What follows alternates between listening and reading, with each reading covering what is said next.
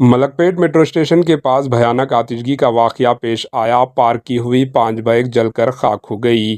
شہر حیدرآباد کے ملک پیٹ metro station کے سٹیپس کے پاس اچانک آگ بھڑک اٹھی، جس کے نتیجے میں 5 پارک کی ہوئی بائک جل کر خاک ہو گئی۔ میٹرو اسٹیشن کے پاس کثیر تعداد میں دھواں نکل پڑا، جس کے نتیجے میں سنسنی پھیل گئی۔ لوگ خوف کے عالم میں بھاگ پڑے۔ دھوئیں کی وجہ سے لوگ سانس لینے میں دشواری محسوس کی۔ اطلاع ملنے پر فائر فائٹرز نے مقام واقعہ پہنچ کر آگ پر قابو پا لیا۔ Bureau report, AHN news.